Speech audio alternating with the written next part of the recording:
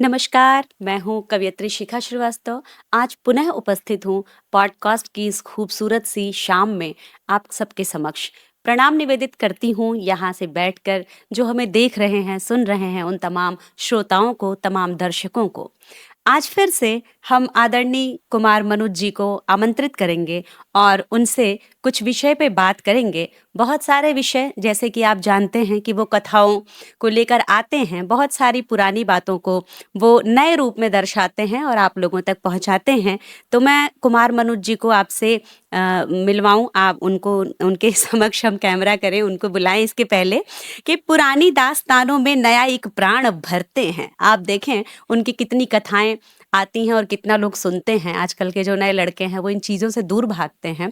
इस तरह का काम करने वाले लोग कम हैं। इसलिए मैं ये कहती हूँ कि पुरानी दास्तानों में नया एक प्राण भरते हैं। वो शब्दों से दिलों के हर अंधेरे दूर करते हैं। महज किस्सा नहीं कहते मनोज जी आप महफिल में, आप इतिहास से वर्तमान में संवाद करते हैं। बहुत तो बहुत बहुत बहुत धन्यवाद सर कि बहुत आप आए हमारे इस खूबसूरत सी शाम को और अच्छा बनाने। और आपके समक्ष हमेशा जब हम आते हैं तो कुछ न कुछ जिज्ञासा लेकर आते हैं सर। आज भी एक जिज्ञासा है सर कि आज तो मान लीजिए हमारे पास मोबाइल है जी और दूर संचार के इतने सारे साधन हैं, लैपटॉप है, छोटे छोटे बच्चों को देखिए वो चीज़ें करना, चलाना, देखना जानते हैं। हम अमेरिका में हैं और वहाँ से हम वीडियो कॉल करके दिखा देते हैं बच्चों को कि ये देखो हम यहाँ हैं और ये है वो है। इतनी सुविधाएं हैं सर कि हम कहीं जी से कहीं देख सकते हैं, कहीं से कुछ भी सुन सकते हैं, लाइव देख सकते हैं। तो हमेशा से तो ये था नहीं। जी महाभारत काल में मैं ले चलती हूँ आपको। महाभारत काल में ये सुविधा नहीं थी और एक पात्र हुआ करते थे संजय। पात्र थे एक संजय जी जी जी महाभारत में। जी तो उनको दिव्य दृष्टि प्राप्त थी। दिव्य दृष्टि से, जैसा कि हमने भी पढ़ा है थोड़ा बहुत, हम्म, कि दिव्य दृष्टि से वो महाभारत का पूरा वो लाइव सीन देख के बताते हैं, सुनाते हैं। तो ये कैसे संभव था सर? और अगर ये दिव्य दृष्टि जैसी कुछ सुविधा थी, कोई विधा थी, कोई आशीर्वाद था, तो ये संजय को ही प्राप्त क्यों था सर? मैं चाहती हूँ कि मेरी इस जिज्ञासा को मेरे साथ साथ आप दर्शकों को भी बताएं सर। अब आपके यहाँ पर शिखा जी, जी। एक तो पहले आपका बहुत बहुत धन्यवाद इतना बढ़िया सा प्रश्न पूछने के लिए। और आपका प्रश्न जो है दो भागों में है। जी। पहले भाग का मैं उत्तर आपको दूं कि दिव्य दृष्टि जैसी अ, विधा जो है जी। वो होती थी कि नहीं। जी। तो सबसे पहले तो हमारे जो बहुत सारे दर्शक हैं जो कथाओं में इंटरेस्ट रखते हैं, उनको मैं ये बता दूं कि संजय जो थे वो राजसभा में बैठकर वो पूरा प्रसारण नहीं देख रहे थे। अच्छा। संजय जो थे वो महाराज धृतराष्ट्र के सारथी थे और बहुत उनके मंत्रियों में से एक थे और बड़े विश्वस्त व्यक्ति थे उनके। अच्छा। तो हुआ ये था कि जब वेद व्यास आए और जब ये हो गया कि अब युद्ध होना ही होना है, अब किसी भी कीमत पर युद्ध टलना नहीं, टल नहीं सकता, टल युद्ध नहीं से बचा नहीं जा सकता। सकता। तो धृतराष्ट्र के मन में एक दर्द सा था। उनको लग रहा था कि मैं अंधा हूं हुँ, और इतना सब कुछ हो जाएगा, मैं कुछ भी नहीं जान पाऊंगा। हुँ, उनको शंका थी कि हमारे पुत्र हार भी सकते हैं, हुँ, लेकिन कहीं ना कहीं उनको ये लग रहा था कि भीष्म, द्रोणाचार्य, कर्ण इतने तगड़े महारथी इनके हुँ, साथ हैं, तो जी, ऐसा नहीं है कि इतना आसान होगा पांडवों का जीतना। जी, तो युद्ध से कुछ समय पहले वेद व्यास आए। हुँ, तो वेद व्यास ने धृतराष्ट्र से बात की कि भाई अब तो युद्ध हो रहा है, हाँ जी, क्या चाहते हो तुम। तो धृतराष्ट्र ने अपने मन की बात कही। उन्होंने कहा कि मैं ये चाहता हूं कि मैं ये युद्ध देख पाऊं किसी तरीके से।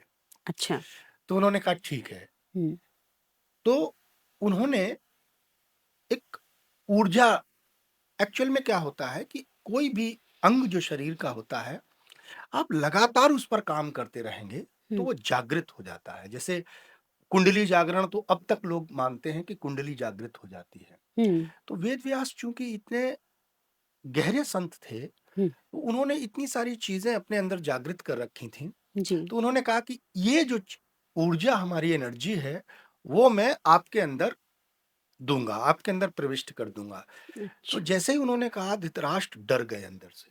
अच्छा, उनको लगा कि मैं अगर देखूंगा तो मेरे सामने लोग मरेंगे तो हम्म, मैं राजा हूं, मैं बर्दाश्त नहीं कर पाऊंगा। मेरे ही बच्चे हैं, मेरे ही भले पुत्र, चाहे चाहे मेरे, हाँ पांडु को जी हों, जी चाहे जी, उनके खुद के पुत्र हों। मेरे गुरु वो सब। तो उन्होंने कहा मैं तो नहीं देख सकता हूं, और हम्म कुछ इंतजाम करिए। हम्म तो उन्होंने कहा कि ऐसा है, फिर तुम सबसे ज्यादा विश्वास किस पर करते हो? हम्म, तो संजय उनके पास बैठे थे। जी, तो उन्होंने कहा कि संजय हमेशा न्याय की बात करते हैं। हम्म तो बोले कि संजय तो सारथी है, हम्म भले ही सारथी, चूंकि ये है कि युद्ध में हर किसी को जाना है, हम्म तो कुछ ऐसा इंतजाम किया जाए जो संजय युद्ध भी कर सके हम्म, और युद्ध को देख भी सके। अच्छा, तो ये हुआ कि उनके लिए बहुत विशिष्ट घोड़े मंगाए गए।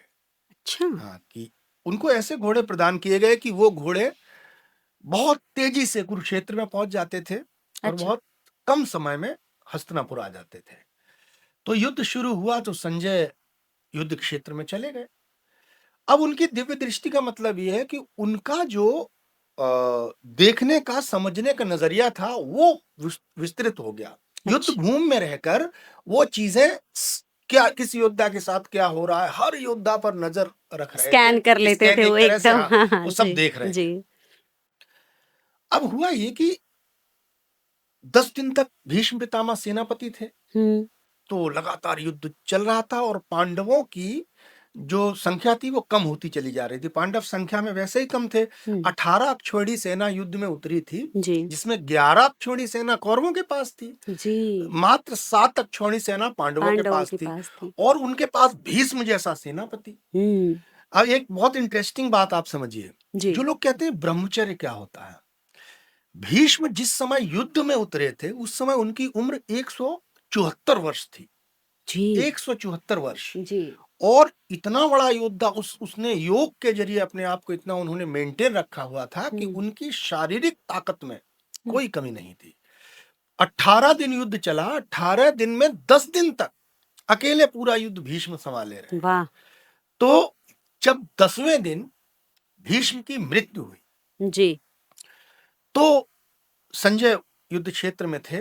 तो हम्म, मृत्यु के बाद फिर चूंकि दोनों के पितामह थे तो युद्ध बंद कर दिया गया। जी, युद्ध जब बंद हुआ तो उन्होंने घोड़े दौड़ाए हम्म और दौड़ाते हुए सीधे हस्तिनापुर पहुंचे। तो धृतराष्ट्र बहुत व्याकुल बैठे थे, इतने दिन से तमाम सूचनाएं जी, उनको विभिन्न स्रोतों से मिल रही मिल थी। रही थी। तो जैसे ही संजय घुसे तो धृतराष्ट्र ने आते ही ये पूछा कि युद्ध में मेरे पुत्रों और पांडवों ने क्या किया था। हम्म, इसका मतलब यह था, किया था का मतलब यह था कि वो भूतकाल में सवाल था। वो ये जानना चाह रहे थे कि जो हो चुका है वो कैसा था। कैसा था, अच्छा, तो ओके, 10वें दिन उन्होंने आके पूरी सारी कहानी बताई और भीष्म की मृत्यु का उनको समाचार दिया। ओ, तो संजय चूंकि विश्वस्त थे, दूसरी बात ये थे कि संजय न तो ऋषि थे, हम्म न राजा थे, हम्म न सेनापति थे। हम्म, उसके बाद भी महाभारत में संजय एक ऐसे कैरेक्टर हैं जिनका सम्मान बहुत ऊंचा है, उनका स्थान बहुत ऊंचा है। जी, तो इस तरह से संजय खबरें युद्ध क्षेत्र में रहते थे हम्म, और वहां से खबर लेकर आते थे, फिर धृतराष्ट्र को सुनाते थे। उसके बाद सुबह ही तड़के युद्ध शुरू होने से पहले फिर पहुंच जाते थे युद्ध क्षेत्र जी, और मैदान में सारे योद्धाओं पर नजर रखते थे और जहां जरूरत पड़ती थी वहां थोड़ा बहुत छोटा मोटा युद्ध भी उनको करना पड़ता था। हम्म, और जो वेद व्यास थे उन्होंने ये कहा था, दोनों पक्षों को ये बता दिया था कि संजय को कोई नहीं मारेगा, ओके, संजय को मारा नहीं जा सकता है। ये एक तरह से दूत का कार्य कर रहे हैं।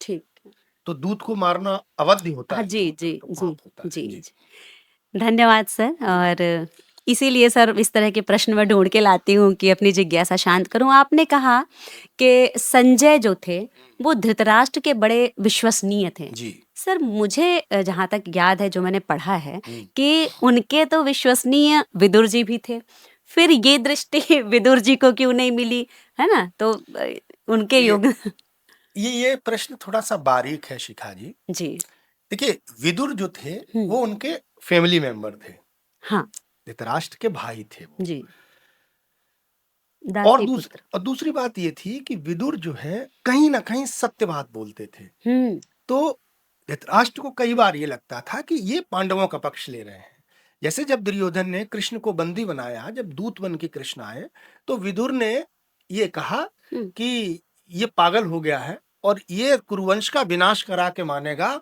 इसको आप बंदी बना लो और हम्म, इसको अब मतलब छोड़ो मत खुला, ये पागल हो गया है। जैसे दुर्योधन पैदा हुआ था, जी। तो विदुर ने कहा कि जब उन्होंने उसका पूरा कुंडली देखी, हम्म, उन्होंने कहा ये बालक कुरुवंश के लिए नाशकारी है, हम्म, अच्छा ये हो कि इसको अभी मार दो। अरे तो धृतराष्ट्र ने कहा मेरा पहला पुत्र है, तो हाँ, कहीं ना कहीं धृतराष्ट्र के मन में ये शंका रहती थी, हालांकि वो प्रधानमंत्री थे जी, धृतराष्ट्र के, जी, लेकिन उनके मन में ये शंका रहती थी हम्म, कि ये सही सूचनाएं नहीं देंगे हमें। हाँ, ये कई शायद बार उनकी कई तरफ बार है। हो सकता है हम्म, कि कोई सूचना ऐसी हो हम्म, तो ये पांडवों के प्रेम में उसको अलग तरह से बता दें जो मुझे सही सूचना न मिल पाए। जी, तो विश्वास के मामले में और कई बार धृतराष्ट्र ने विदुर को नाराज भी किया, विदुर राज्यसभा छोड़कर चले गए, फिर बाद में धृतराष्ट्र उनको मनाने गए। तो इस तरह की कुछ घटनाएं। दूसरी तरफ संजय जो थे, संजय से उनको संजय उनके ही आदमी थे हम्म, और सत्य बात भी कहते थे, और दूसरी बात परिवारी जन भी नहीं थे, जी, तो उनको बनिस्बत विदुर के संजय ज्यादा सुपात्र लगे। उनको लगा कि, जी, और आप सोचिए जब आखिरी दिन युद्ध के हम्म, दुर्योधन अ, जब कर्ण मारा गया 17वें दिन, हम्म, 18 दिन युद्ध चला जिसमें 17वें दिन कर्ण मारा गया, तो कर्ण जैसे ही मरा तो उस समय युद्ध बिल्कुल नियम सब टूट गए थे। फिर यह था कि अब तो मारो, जो मिले मारो काटो, और लोग थक गए थे योद्धा। हाँ, तो अब ये हुआ कि संजय जो है खबर देने के लिए दौड़े, हम्म, क्योंकि भगदड़ बहुत ज्यादा थी, तो संजय को घेर लिया।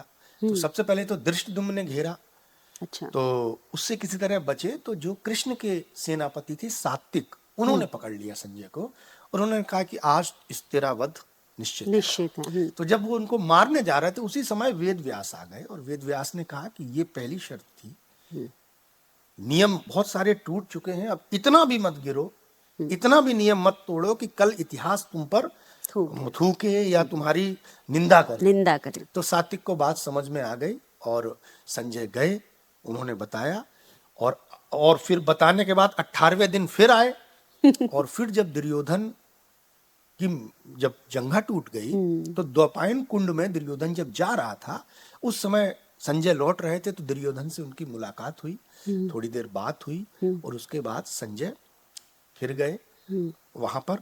तो कुल मिला के ये जो प्रक्रिया थी, चूंकि संजय ही नहीं, संजय के जो पिता थे, जो सूत गावलगण, वो भी उनके बड़े विश्वस्त थे। तो एक पूरी परंपरा थी परंपरा थी, धृतराष्ट्र के हाँ, विश्वास की। जी, जी, जी, इसलिए धृतराष्ट्र ने विदुर की जगह संजय को किया कि ये ज्यादा हमारे करीब है, ये ज्यादा सटीक सूचना क्या है। बात है सर! आप बड़े उलझे हुए प्रश्नों को ऐसे मुस्कुरा के सुलझा देते हैं।